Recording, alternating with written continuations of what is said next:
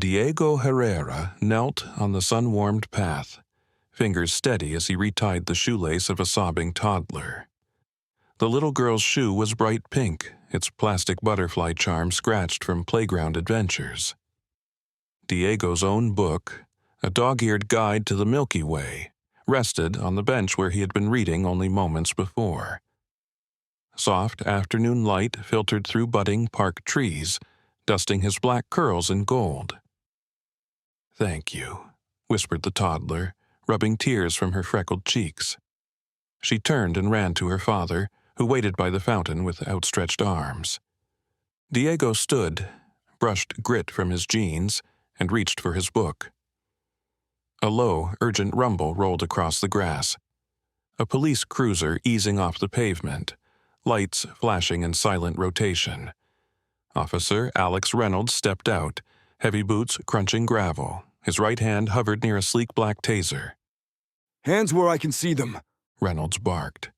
His voice cut through the spring breeze like cold metal. Startled, Diego lifted his palms. "Sir, I was just—" "Turn around, face the bench." Diego obeyed, heart hammering against his ribs. The taste of fear rose bitter on his tongue, mixing with lingering sweetness from the granola bar he had eaten earlier. He tried to breathe as Elena, his mother, had taught him. Slow, measured, never letting panic show on his face. Reynolds approached, shadow blocking the sun. "What's in the backpack?" "Only books, sir," Diego replied. His voice trembled despite his effort to sound calm. Across the lawn, Karen Miller watched from beneath a wide-brimmed straw hat. She clasped her phone tight, screen still glowing from the 911 call she had placed minutes before. Satisfaction flickered in her blue eyes, the kind born of self-appointed guardianship. The toddler's father, a tall black man in a red hoodie, noticed the commotion. He lifted his phone and pressed record. Nearby, picnickers fell silent, pulled between curiosity and unease. Reynolds opened the backpack. He pulled out the paperback, a half-eaten granola bar, and a pencil case dotted with stars. "What else?" "Nothing." Diego swallowed, spine rigid. Reynolds patted Diego's pockets. The boy winced when cool fingers brushed his wrist. "Any ID?" "In my wallet." Diego answered, nodding to the bench. Reynolds found the wallet, flipped it open, and stared at the school ID. Diego Herrera, 7th grade. His brow tightened, but his grip on the taser did not ease. Footsteps approached, the toddler's father edging closer, still filming. "Officer, the kid was helping my daughter," he said, voice low but firm. "Back up," Reynolds ordered. "This doesn't concern you." "It does when you threaten children." Reynolds glanced over his shoulder, irritation flaring. Cameras from 2 other onlookers now recorded, red dots blinking. Tension rippled through the air like an electric current. Karen moved nearer, arms folded. "Officer, I told dispatch he looked suspicious. He was lurking around kids." Diego's cheeks burned. "I was reading," he whispered. Reynolds turned to him again. "Sit on the bench," he instructed. Diego did as told, mind racing. Would this end with him in a squad car? His mother had warned him about moments like this, but warnings felt thin compared with the weight of an officer's gaze. A hush fell over the park. Leaves rustled overhead.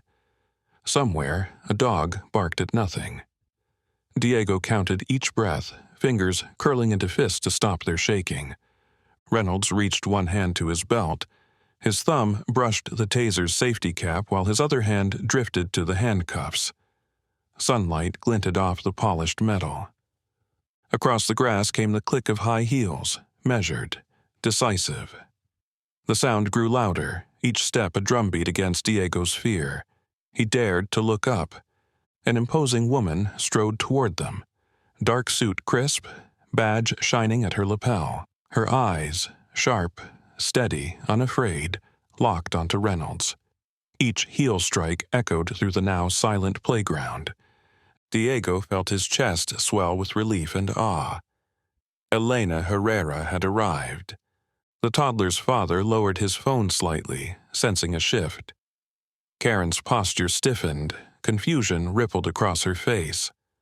Officer Reynolds hesitated, hand still poised over the taser. Elena stopped 3 paces away. Her voice rang clear as glass. Officer, step away from my son. Silence deepened, broken only by the cruiser's idle engine and the distant squeak of a swing. Reynolds did not move. Ma'am, this is an active investigation. Into what crime? Elena asked. She spoke with quiet command, tone honed by years of briefing agents and interrogating suspects. Release him. Reynolds studied her badge. Recognition flickered. He lowered his hand but did not unclip the cuffs. And you are? Elena's gaze never wavered. Elena Herrera, Director of the Federal Bureau of Investigation. Gasps rippled through the small gathering. Karen's mouth parted in shock. The toddler's father raised his phone again, now zoomed on Elena's badge. Diego drew a long breath. Fear loosened its grip, replaced by tenuous hope. Elena extended her hand toward her son, palm steady. Come here, Diego.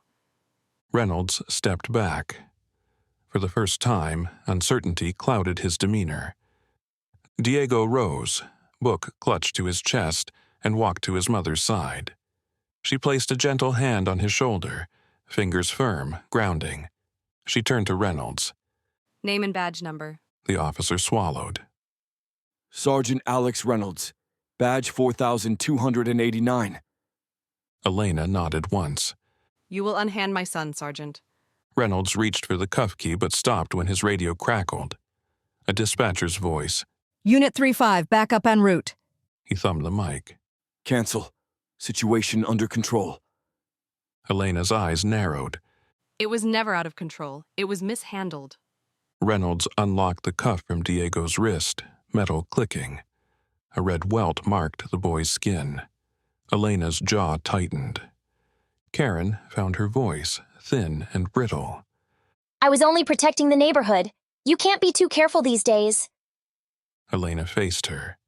You can when the danger you imagine wears brown skin and nothing else. Karen looked away, cheeks coloring. Camera phones remained raised. A breeze stirred cherry blossoms, petals drifting like silent witnesses. Diego felt the sting fade from his wrist. Beside him, his mother stood immovable, tall as an anchor amid restless waves. Officer Reynolds cleared his throat.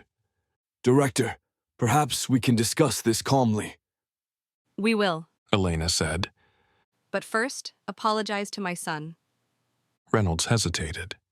Elena took a single step forward, voice low enough only he could hear. Do it. Reynolds swallowed once more, then looked at Diego. I'm sorry. Diego nodded, uncertain what to say. His mother's hand squeezed his shoulder. From behind the fountain, the toddler's father spoke. It's all on video, He announced. every second. Reynolds turned, face paling. Elena lifted her phone, screen recording. Good. Transparency is the only remedy for shadows. The cruiser's lights continued their silent dance, red-blue pulses reflecting in park puddles left over from morning rain. Nearby birds, momentarily quiet, resumed their song as though reclaiming the space. Diego inhaled the scent of damp earth. Relief mingled with an ache he could not yet name. A bruise left by suspicion, deeper than any cuff could leave. Across the grass, Karen's phone rang. She silenced it, eyes darting between Elena and the growing circle of spectators. Elena turned back to Diego. We're leaving. She said, calm but unyielding. Then, louder to the gathering crowd, Thank you for witnessing. cameras followed them as they walked toward the park gate. Sirenless silence hung behind. Diego clutched his astronomy book like a shield, its worn pages suddenly heavier with meaning. Just before they reached the sidewalk, Sergeant Reynolds' voice echoed after them. Director Herrera, Internal Affairs will want my statement. Elena did not turn. They'll have mine as well. Diego glanced over his shoulder. A single cherry blossom petal drifted onto the cruiser's windshield, pink against steel blue. The sight struck him as fragile proof that beauty could land even on engines of fear. He looked up at his mother, ready to follow wherever she led. Behind them, Reynolds's hand hovered once more, not above the taser, but above the radio call button, while a second squad car rolled into the park. Diego's wrist still throbbed where metal had pressed bone. Elena guided him to a bench just outside the park, her firm touch gentler now. A faint tremor fluttered in her fingers before she tucked her hand into her blazer pocket. Across the lawn, Officer Reynolds conversed with the arriving backup, a younger officer named Mitchell. Their voices carried snippets of procedure and confusion. Karen Miller lingered near the fountain, phone pressed to her ear.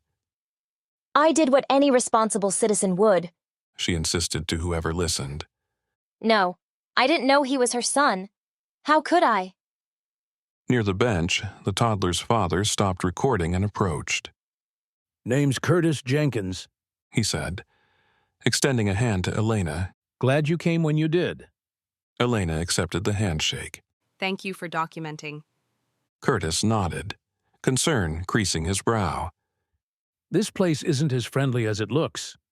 A soft ping sounded from Diego's pocket, text alerts stacking like dominoes.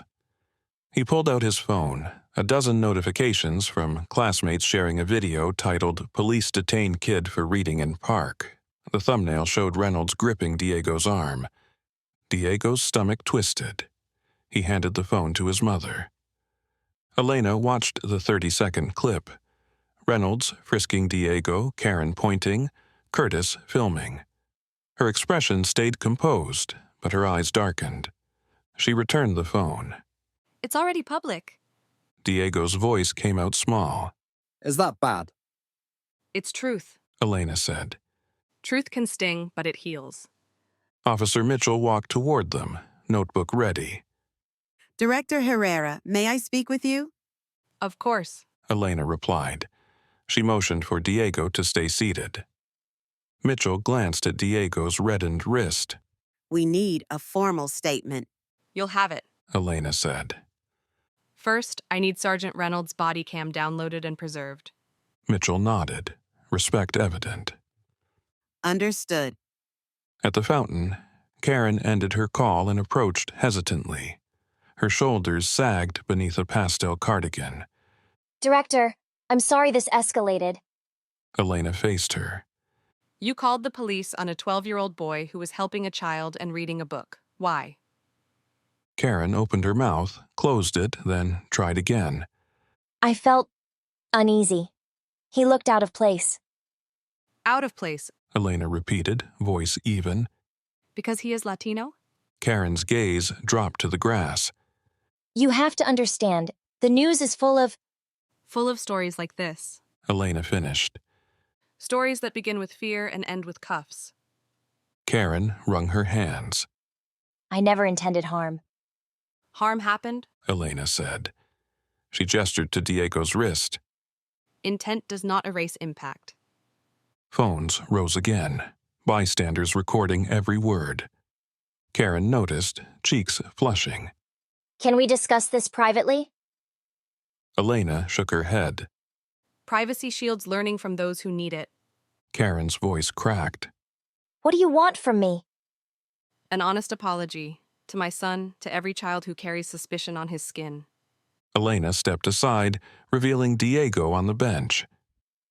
Karen approached him, throat tight. Diego, I'm sorry. Diego met her eyes. The apology felt thin yet heavy in the hush that followed. He nodded once, unsure how forgiveness should sound. Reynolds and Mitchell joined them. Mitchell held a small data card. Body cam footage secured. He informed Elena. Good. She replied. She faced Reynolds. Sergeant, you know protocol for use of force review. Reynolds looked chastened. Yes, Director.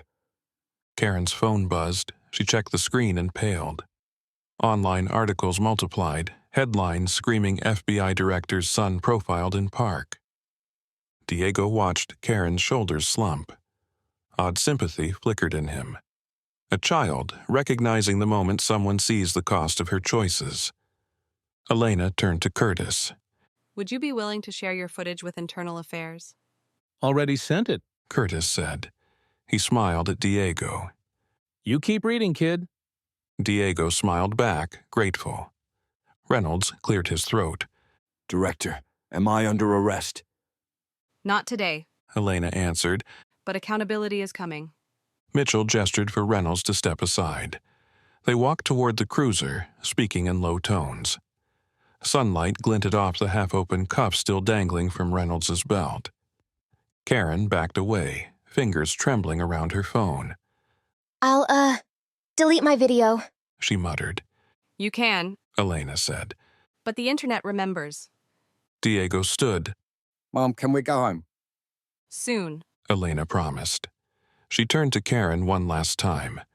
Mrs. Miller, reflection begins when excuses end. Karen nodded weakly, tears gathering. She walked toward the parking lot, each step slower than the last. Curtis raised his phone once more, capturing Karen's retreat. He whispered to Diego. Truth spreads. Diego glanced at his wrist, red mark fading in the warm air. So does courage. He said, surprising himself. Elena placed her arm around his shoulders. Together, they walked toward their car parked beyond the wrought iron gate. Cameras followed until distance swallowed the scene. Behind them, Officer Reynolds unsnapped the remaining cuff from his belt and stared at the cold metal. The click echoed like a question he could not yet answer. As Elena and Diego reach the sidewalk, Diego's phone buzzes again, messages flooding in, some supportive, others hateful, while a notification pops up. Your video has been shared 10,000 times in 20 minutes. The second cruiser rolled to a stop beside the first, tires crunching over scattered cherry blossom petals. Its doors opened in unison. Officer Lisa Mitchell stepped out, younger, her uniform still crisp at the seams. Behind her came Lieutenant Harper, a broad-shouldered man with silver at his temples and a weather-cracked face that spoke of too many long shifts. Elena Herrera turned as they approached, heels clicking against the path. The deliberate rhythm seemed to steady the air. Diego stood just behind her, book hugged to his chest, eyes tracing every new motion with wary precision. Director. Harper greeted, voice measured. He touched the brim of his cap, half salute and half apology. We received a call for backup. Situation under control? That depends. Elena replied, calm but edged. Sergeant Reynolds placed my son in handcuffs without probable cause. Officer Mitchell has secured the body cam footage. I expect full chain of evidence protocol. Mitchell lifted the sealed data card. Logged and timestamped, Director. Harper's gaze flicked to Diego's reddened wrist, then to Reynolds, who hovered near the cruiser like a scolded apprentice. Sergeant, report. Reynolds cleared his throat. A civilian complaint of suspicious activity in the park. I conducted a safety pat-down. And cuffed a minor. Elena added. Her voice carried just loud enough for the onlookers to hear. Phones remained raised, screens gleaming like small, relentless mirrors. Harper exhaled. Sergeant, remove yourself from contact. Officer Mitchell will take over. Reynolds nodded, the set of his shoulders shrinking as he stepped back. Across the grass, Karen Miller edged closer, cardigan pulled tight though the afternoon was warm. She held her phone at her side now, as if the device had gained weight. Lieutenant! She called, forcing brightness. Thank you for responding so quickly. We all want to keep our children safe. Harper turned, polite but distant. Ma'am, please remain at a respectful distance. We're conducting an inquiry. Karen opened her mouth to protest, but found no words. The crowd, families who moments ago picnicked in pastel blankets, joggers who had paused mid-stride, watched with a hush more powerful than any command. Their silence judged. Elena touched Diego's shoulder. Sit for a moment, mijo. He obeyed, settling on the bench where his ordeal had begun. A breeze lifted his curls. He closed his eyes, drawing the park's scent of grass and pond water deep into his lungs, anchoring himself. Harper faced Elena again. Director, shall we move this off-site? Media's already picking it up. Transparency serves everyone. Elena said. She glanced at the cameras, unblinking. We stay here. Mitchell approached Diego, crouching so her eyes were level with his. I'm Officer Mitchell. Could you walk me through what happened in your own words? Her tone was gentle, every syllable slowing the rush of adrenaline. Diego described the toddler, the shoelace, the cruiser's silent arrival. As he spoke, Karen's color faded. Each fact sharpened the outlines of her fear-painted assumptions. From a distance came the rapid clatter of a skateboard. A teenage boy coasted to the curb, phone already streaming. Viewers in unseen living rooms and rideshare back seats now joined the circle. The story had widened. Lieutenant Harper radioed dispatch. Need IA rep on location. Code 32. His thumb lingered on the button an extra heartbeat. An officer's silent admission that a line had been crossed. Curtis Jenkins returned with his daughter perched atop his shoulders. The little girl waved shyly to Diego. Elena watched the gesture and felt a pulse of gratitude for this stranger's quiet solidarity. Karen, fidgeting, stepped forward. Director Herrera, I never meant. Please wait. Elena said, palm up.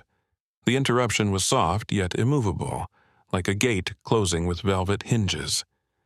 Harper finished logging coordinates, then faced the parkgoers. Anyone else witness initial contact? Hands rose. Harper signaled Mitchell to take statements. The procedural dance unfolded, but every step orbited around Elena's steady axis. A sparrow flitted to the back of the bench, chirping once before darting away. Diego watched it go, the flutter matching his own pulse. Karen exhaled a shaky breath. Director, could we speak privately? Elena's gaze swept the assembled faces, each phone a silent stenographer. Privacy is earned through accountability. She replied. Karen's lips trembled. Then publicly. She turned to Diego, voice tight. I'm sorry I misjudged you. Diego nodded, polite but distant. The apology floated, thin as tissue, unable to absorb the weight of what had happened. Elena refocused on Harper. Lieutenant, I expect a written report on bias-motivated calls in this precinct within 48 hours. Harper nodded. Yes, ma'am. Reynolds shifted at the fringe, jaw tight. The polished cuffs at his belt glinted in the late sun, a silent reminder of how near they had come to snapping shut. Mitchell finished Diego's statement and stood. Director, anything further? One last measure. Elena turned to Reynolds. Sergeant, name the statute that justified your detention of my son. Reynolds's mouth opened, then closed. Sweat beaded at his temple. Around them, leaves rustled. A child's laughter in the distance felt suddenly out of place. He managed, Suspicious behavior, ma'am. Section 351. Which requires articulable facts. Elena cut in. List them. Reynolds stared at his boots. The silence stretched, heavy as storm air. Elena let it hang, letting everyone feel the vacuum where facts should have been. Finally, she spoke. That is the cost of assumptions. Diego watched the sergeant's shoulders slump. In that small collapse, he saw truth. Power without reflection weakens itself. A siren wailed in the distance, internal affairs closing in. Harper straightened. Director, Iowa is 3 minutes out. Elena nodded. Good. She looked at her son, offered him a faint but genuine smile. Almost done, mijo. Diego returned the smile, Smaller, fragile but real. A notification pinged across every nearby phone at once. Local news flash. FBI director demands accountability in park incident. Video reaches 1.2 million views. Murmurs rose. The stakes had just leapt from neighborhood whisper to national roar. Reporters arrived before Internal Affairs. They came in pairs, lugging tripods and wireless mics, their vans double-parked along the curb. Elena watched them set up, cords snaking like roots across concrete, hungry for angle and soundbite. Lieutenant Harper positioned officers to keep pathways clear. Nevertheless, lenses tilted toward Diego, drawing tight focus on the boy clutching a paperback about stars. IA agent Rhea Patel strode up the walkway, tailored blazer and braided hair swaying. She greeted Elena with a nod of mutual recognition. Two women who had navigated the same corridors, though on different floors. Director, Patel said, voice precise. I'll interview Sergeant Reynolds first, then the complainant, then any civilian witnesses. Appreciated. Elena answered. Ensure chain of custody on every recording. Patel lifted a small evidence case. Already underway. She turned to Harper. Sergeant Reynolds? Reynolds followed Patel to the shade of an oak tree, expression set like wet cement. A lavalier mic pinned to his collar caught each clipped response. Near the fountain, Karen wrapped her arms around herself, cardigan sleeves pulled past her wrists. A reporter edged close. Miss Miller, Channel 7. He said, care to explain your call? Karen blinked into the lens. I thought he was loitering. The park sign says children under 13 must be supervised. Diego is 12. Elena interjected, stepping into frame. Reading a book is not loitering. Karen's cheeks flushed. How was I supposed to know? You might have watched, Elena said. before you judged. The reporter zoomed. The camera's red tally light glowed like a tiny judgment of its own. Elena's tone remained even, but her eyes burned with a quiet flame. Director, Another journalist called. is this personal or policy? Both. Elena replied, turning slightly so her voice reached everyone. What happened today is the collision of personal life with public failure. My role as FBI director does not erase my identity as a Latina mother, nor does it excuse negligence in equal protection. Diego stood by the bench, spine straighter than before. He watched his mother not as a distant official, but as the fiercest proof that fears could be faced with intellect and poise. Agent Patel returned, notebook half filled. Director, Miss Miller's ready to give her statement. Karen's eyes darted to Elena, then to the knot of cameras. Words quivered on her tongue. I don't want this on television. Elena folded her arms. Visibility is part of restitution. Karen swallowed. Fine. She stepped to Patel, voice brittle. I called because he looked out of place. I feared for the children. Define out of place. Patel prompted.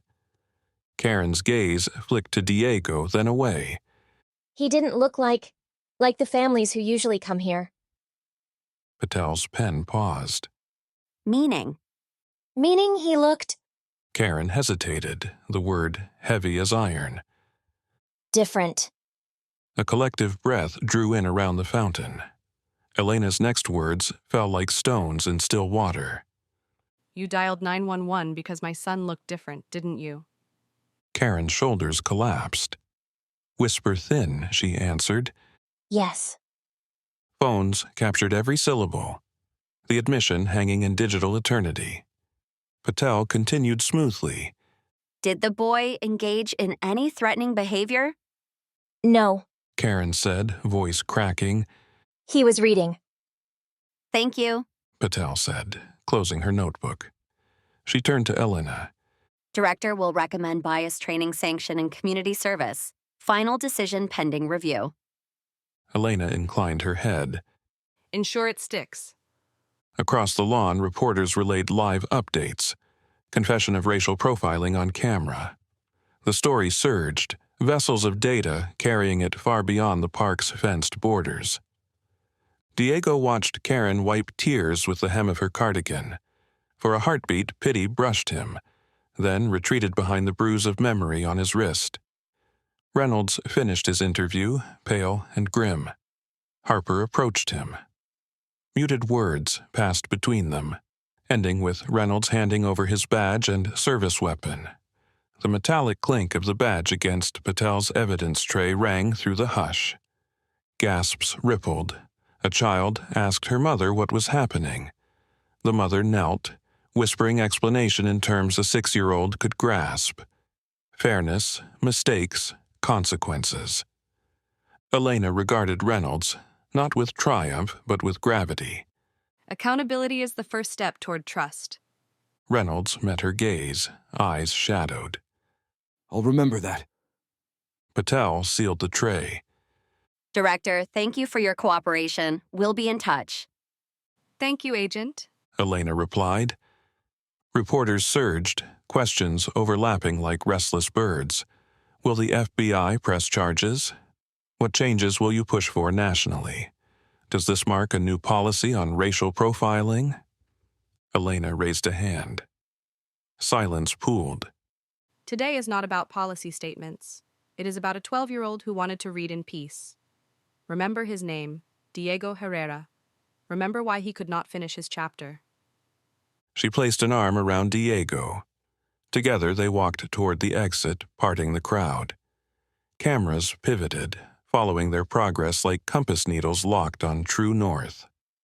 Behind them, Karen sank onto the fountain's rim, phone buzzing with notifications she could not bear to read. Reynolds stood beside Harper, badge gone, but a fragile understanding dawning in his eyes. The park's swing chains creaked as a breeze swept through. Petals still drifted, pale pink confetti for a parade no one had planned. As Elena and Diego reached their car, Diego's phone pings again. An email this time, subject line, "Op-ed request, your story could change lives." He shows it to his mother. She reads the first line, "Dear Diego, the nation is listening," and whispers, Are you ready to speak back? Curtis Jenkins stopped at the park gate, cell phone trembling in his palm as he tapped post. Within seconds, the clip of Sergeant Reynolds cuffing a frightened boy was everywhere. Twitter feeds, Facebook timelines, Instagram stories, each replay punctuated by the tag hash Justice for Diego. Diego watched numbers bloom across his screen. Views climbing in pulsing bursts, comments stacking faster than he could read. His stomach tightened, unsure whether to feel exposed or vindicated. Elena sensed the shift before she saw it. Murmurs swept the crowd like wind ruffling grass, every glow of a raised phone another spark in dry brush. She placed a calming hand on Diego's shoulder, grounding him in the midst of the sudden blaze. Lieutenant Harper's radio crackled. Unit 2-1, stand by. Internal Affairs requests immediate statement from Sergeant Reynolds. Media presence escalating. Reynolds stiffened. The weight of protocol, once his shield, now pressed on him like chainmail made of lead. Karen Miller edged closer, cheeks blotched crimson. Director Herrera. She began, voice raw. I want to apologize properly. Please, let me talk to your son. Elena's eyes stayed level, neither harsh nor forgiving, simply steady as true north. An apology is a beginning, not an end, She said. Choose your words with care. Karen knelt before Diego, cardigan sleeves brushing the pavement. I am sorry. She whispered, throat catching on every syllable. I saw danger where there was none. I let fear speak louder than sense. Diego's lips parted, unsure how apology should land on ears still ringing with accusation. He managed a quiet thank you, though the words tasted foreign. Behind them, reporters called questions that blurred together. Director, will federal charges follow? Sergeant, do you regret your actions? Mrs. Miller, are you a racist? Curtis raised his phone again. People ought to see the apology too, he muttered, live stream already rolling. Elena turned toward the cameras, voice firm enough to cut through the clamor. Let this moment be documented in full. Error and accountability alike. Justice survives only when truth is whole. A notification chimed on Diego's device. 10,000 shares in 20 minutes. The number looked unreal, abstract, yet it hummed with power. He pictured countless strangers watching him flinch beneath metal cuffs. His pulse fluttered, half fear, half something new. Sergeant Reynolds stepped forward, jaw clenched. Lieutenant, dispatch advises suspension pending investigation. Harper nodded, expression resigned. Turn in your weapon and badge.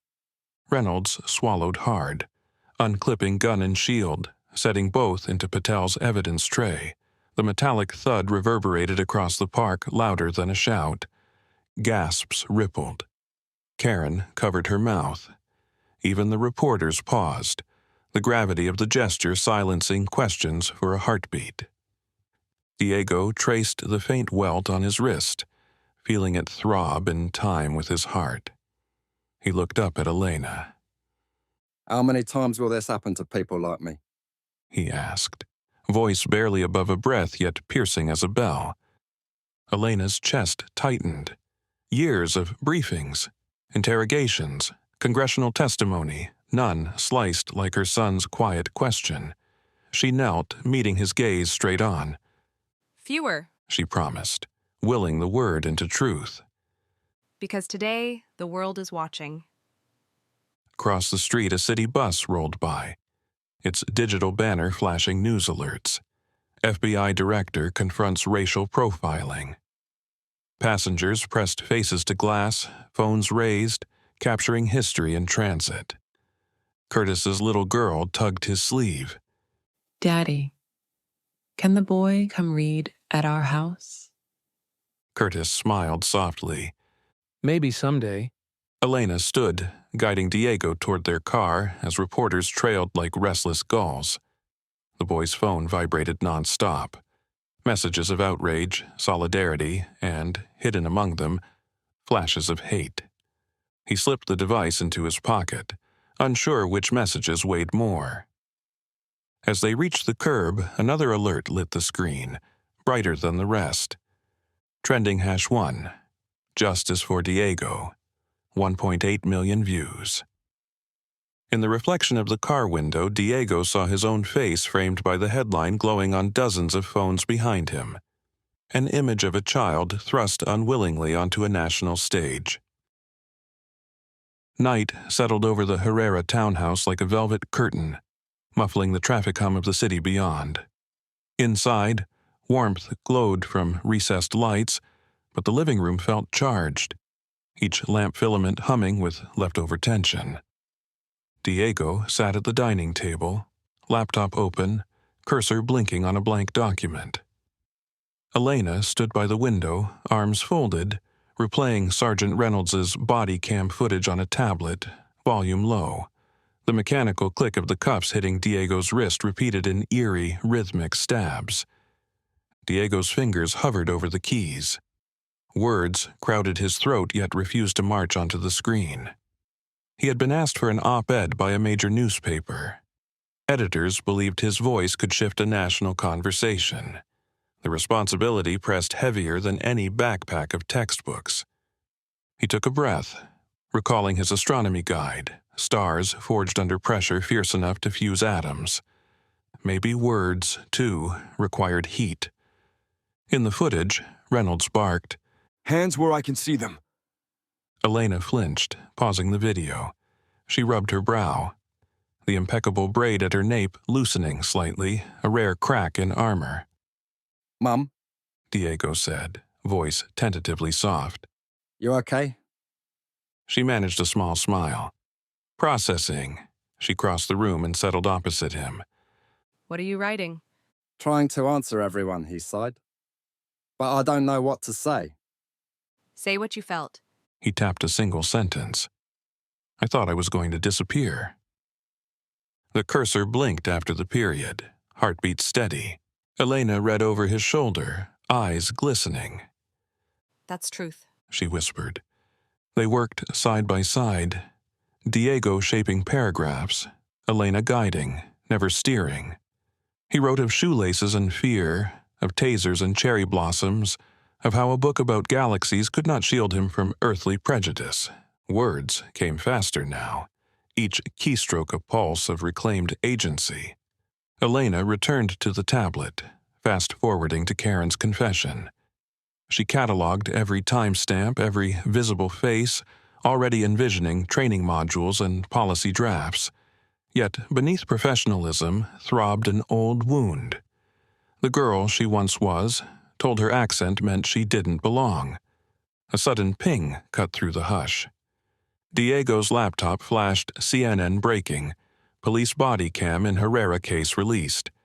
A video thumbnail showed Reynolds approaching. Taser ready. Elena's phone rang, sharp against the quiet. The caller ID read Attorney General Myers. She answered, voice level. Myers. Diego listened to the one-sided exchange. Federal oversight, task force possibilities, public trust metrics, congressional hearings. His mother's tone stayed steady, yet her knuckles whitened where she gripped the phone.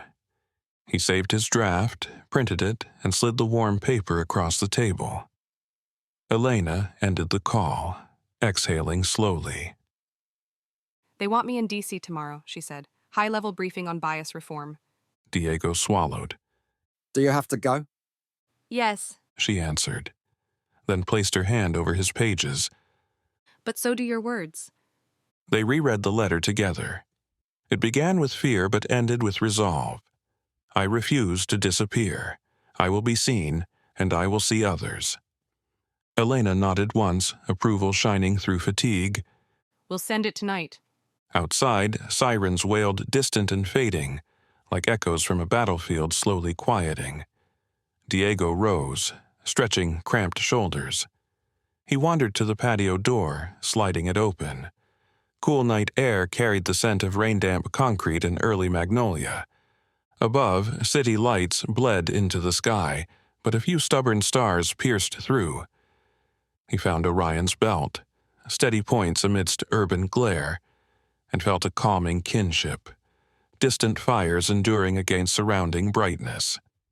Behind him, the printer spat out 3 more copies. Elena signed each with deliberate strokes. One for the paper, one for records, one for you to keep, she said.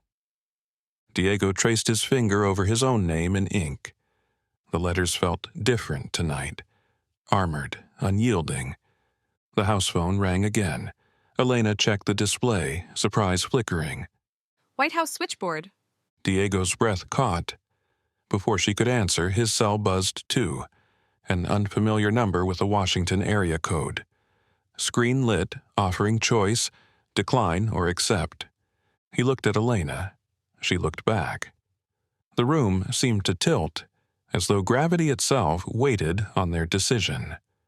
Both phones rang in tandem, their tones overlapping like urgent percussion, while on the laptop a live feed showed his video cresting 5 million views, the nation's gaze knocking at their door, demanding a response. Morning news shows opened with side-by-side images. Diego's thin wrist marred by a cuff mark and Elena Herrera facing a knot of microphones, jaw set in unflinching resolve. The country woke to those frames. Coffee steamed beside televisions as anchors spoke his name with practiced gravitas. In the living room, Diego sat cross-legged on the rug, remote, forgotten in his hand while commentators dissected every angle, legal, moral, historical. The weight of millions of eyes felt stranger than any classroom stare. Across the couch, Elena scrolled through a flood of emails. Civil rights attorneys offering aid, hate mail laced with slurs, teachers requesting permission to read Diego's letter aloud. A knock rattled the door. Curtis Jenkins stood on the stoop, crisp blue polo, his daughter clutching a homemade sign that read, "We believe you, Diego," in glittery glue. Cameras lingered at the curb, their long lenses drinking in every gesture. Mind some company? Curtis asked. Elena waved them in. The little girl handed Diego the sign, cheeks dimpled with shy pride. A smile tugged his lips, the first easy curve since the park. CNN cut to Karen Miller's exclusive interview. She sat beneath soft studio lights, mascara smudged from rehearsed tears. "I feared for neighborhood safety," she repeated, voice quavering. But when the host pressed, "Would you have called if the boy were white?" her gaze skittered away. Hashtags spawned mid-segment. #crocodile tears, #fear is not justice. The apology she hoped would save her instead fanned the blaze. At 10 a.m., Elena faced a joint session of city council and police brass inside an oak-paneled chamber packed wall-to-wall. Diego waited in the gallery beside Curtis and his daughter, letter folded in his pocket. Reporters filled every aisle, scribbling frantically when the council president yielded the floor. Elena's heels clicked to the lectern, echo crisp against old wood.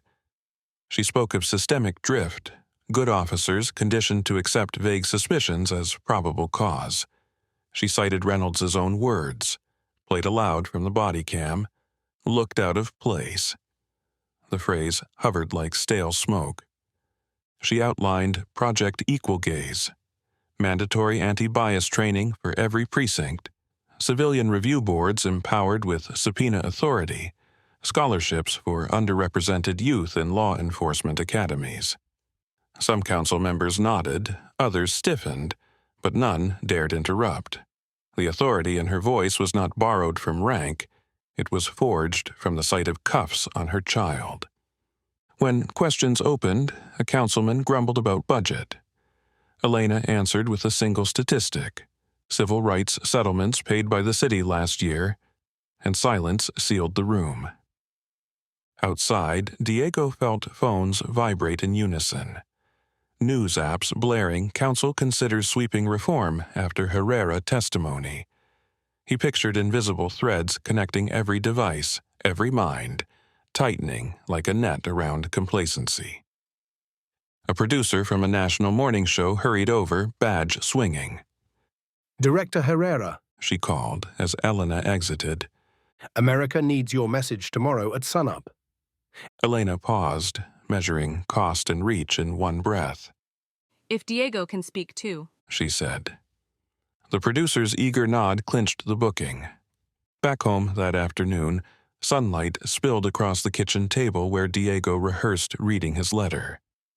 Words quavered when he reached the line about disappearing, so Elena placed a steadying palm over his.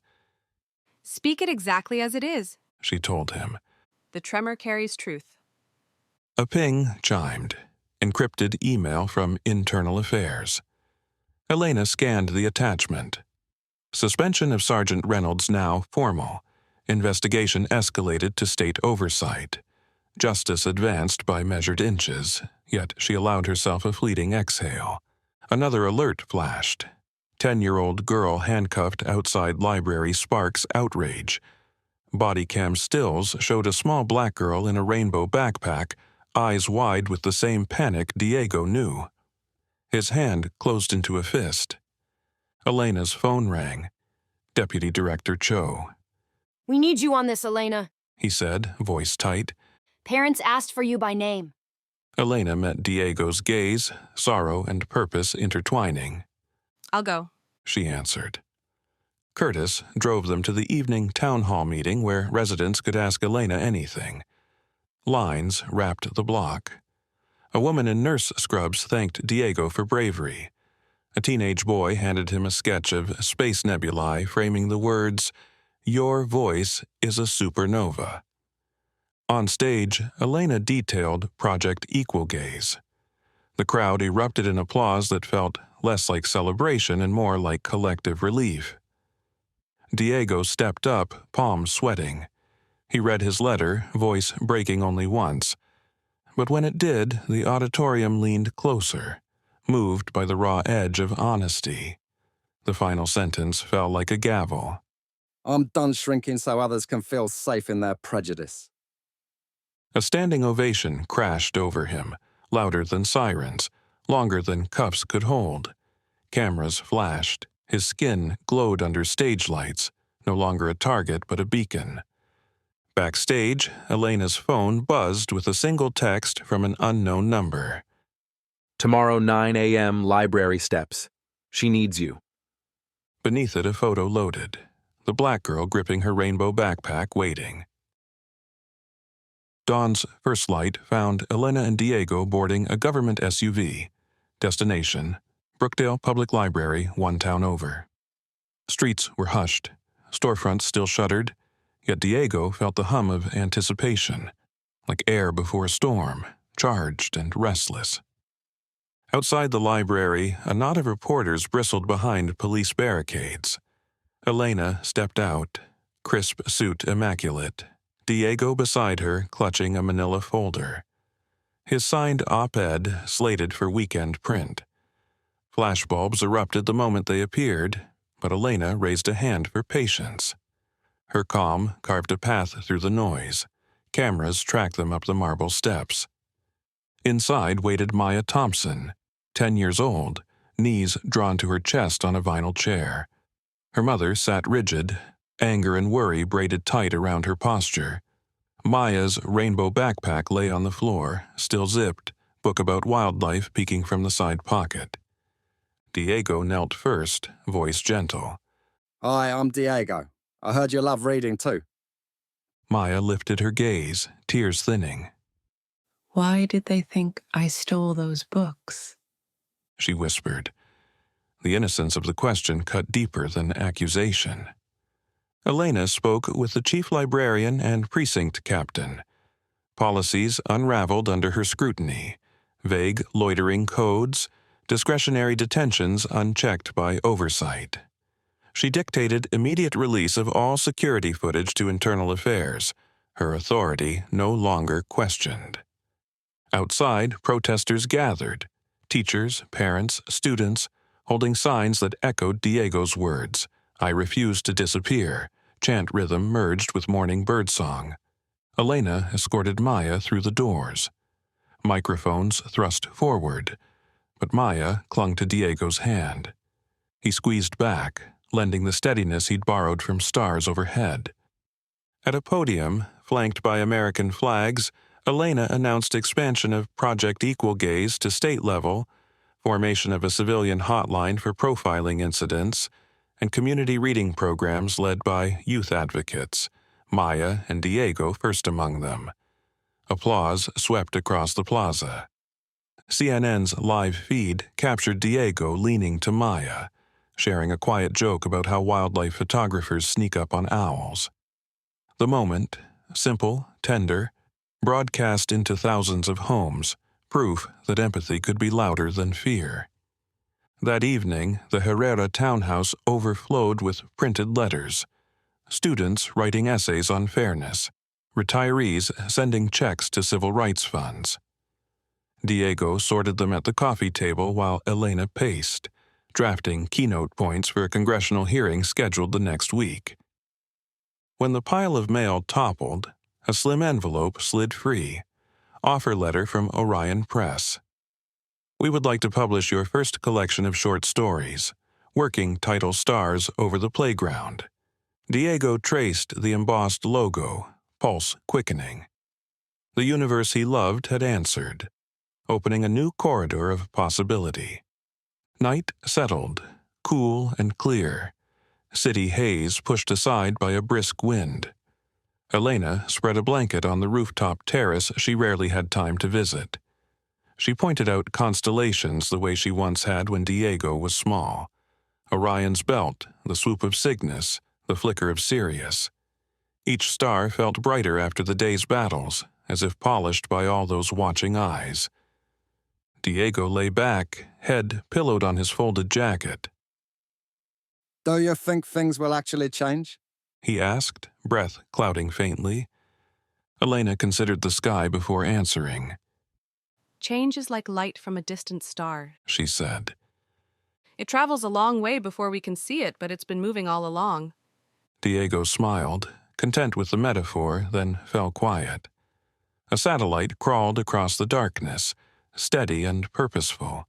He raised a hand, fingertip tracing its path.